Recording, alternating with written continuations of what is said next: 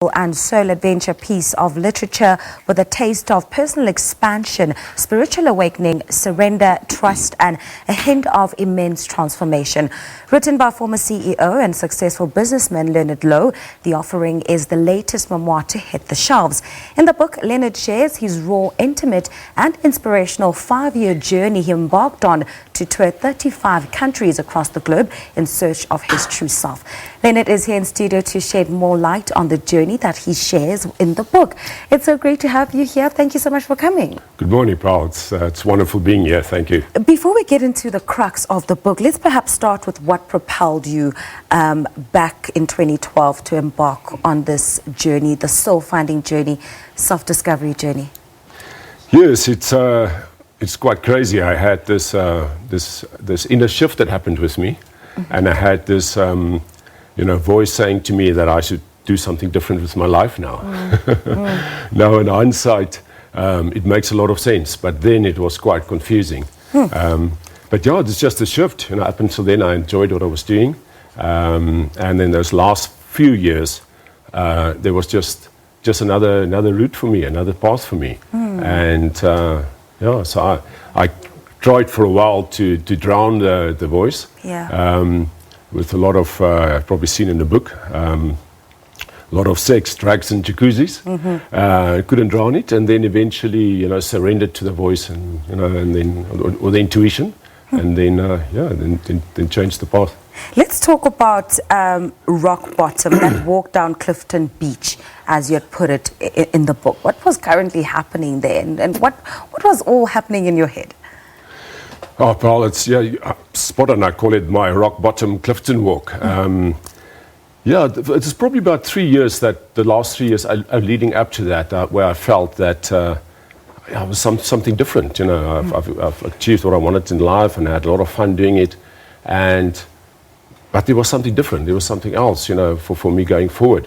And when I walked on that Clifton Beach walk, I really felt it really hit home. I was trying to get away from this shift. I was a successful guy, making money, and all what the normal world will think would be successful. Whilst internally, I wasn't really in a good place, because I wasn't really following, I think, my soul path. The soul path changed. Yes, and I was on Clifton Beach, beautiful day, the sun out, the white sand, and a beautiful mountain, and Table Mountain up there, and the blue, turquoise sea. And I was walking there, and after 5 minutes, I was bored. I looked around, and I said, "Wow, this objectively speaking must be beautiful." Like, is this all? There's got to be more to life. It is just crazy, and then I realized the insanity of it. It was obviously a beautiful place, but I couldn't see the beauty in it anymore. It was like really going right over my head. And then I knew I was in really big trouble, in such a beautiful environment. I was really out of alignment with myself, with my soul, and that was quite a rock bottom walk. There are quite a lot of shifts that you then experienced as you went on this journey. In the book, you speak vividly about, sacred sexuality, and why sex had changed for you, and how it had become so powerful once you became sort of, if you use it consciously. Juxtaposing that to how you were living when you were trying to drown out that voice. Completely two different men. It's amazing. It's almost, I don't know, maybe sometimes the pendulum had to swing all the way to one side to come back to the other side, and you find like a middle route. I'm not sure. But the journey itself just opened up so much. It's really a journey within, it's not a jump out of necessarily anything, So it's a jump inside. That's what I really realized, and a jump, into a higher, consciousness for I think for the planet, all of us. It's almost my story, as I see it's a story of a lot of people around me at the moment. And yes, a lot of things change. Especially in the sexuality space. Yes, the celibacy. Yes. A tough thing to do.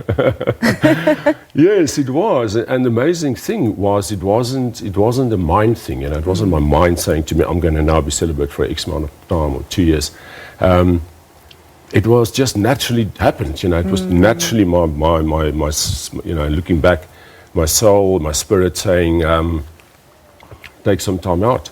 The only way to really drop deep within was to, not to interact with the outer feminine. And I write about the book, by, connecting then with the inner feminine. Yeah. There was a time, though, you came back to South Africa and you kind of found that the country seemed foreign to you and was boring. Compared to the journey that you'd been on, 35 countries, that is absolutely huge. And in one of your travels, you had gone to India to meditate. Just briefly take us through that and how that changed your inner self and how it helped you connect to who you were. Yeah, it's amazing. It's amazing, pal. There were so many synchronicities in this journey. And at that point in time, I was in Thailand, a beautiful little island called Koh Phangan. And, I would normally only like a day or two before decide where I'm going to go next. And I had a message from a friend of mine that was in India and in McLeod Ganj, just north of Dharamsala. And I wanted to meditate. And he said, wow, this is a good place. I wanted to go to the Osho Center in Pune first. But then I thought, no, let me go to McLeod Ganj. Flew to Dharamsala and I arrived there. And then it is just amazing. Without realizing that I was in the same town as the Dalai Lama. My guest house, or like accommodation house, very basic. These places you stay in, like a mattress on the floor, and it was just beautiful being in that space. But my accommodation house was like 100 meters from the house of the Dalai Lama. And I just woke up the next morning and thought, wow, what an amazing journey, what a beautiful magical world we're in. How I just changed my life to be open to this magic by taking that backpack and that one-way ticket out, after I left. Yeah. Because then everything changed, it was a beautiful meditation. Every morning I would go up to Shita Monastery up in the hills and would, meditate, and in the morning go back and have my breakfast, the little local shop. And then one of the days we had a discourse with the Dalai Lama, we registered and we all went and we were sitting between the monks with their maroon robes and it was just amazing, and then he walked past me right, the distance that you and I took, this distance past me.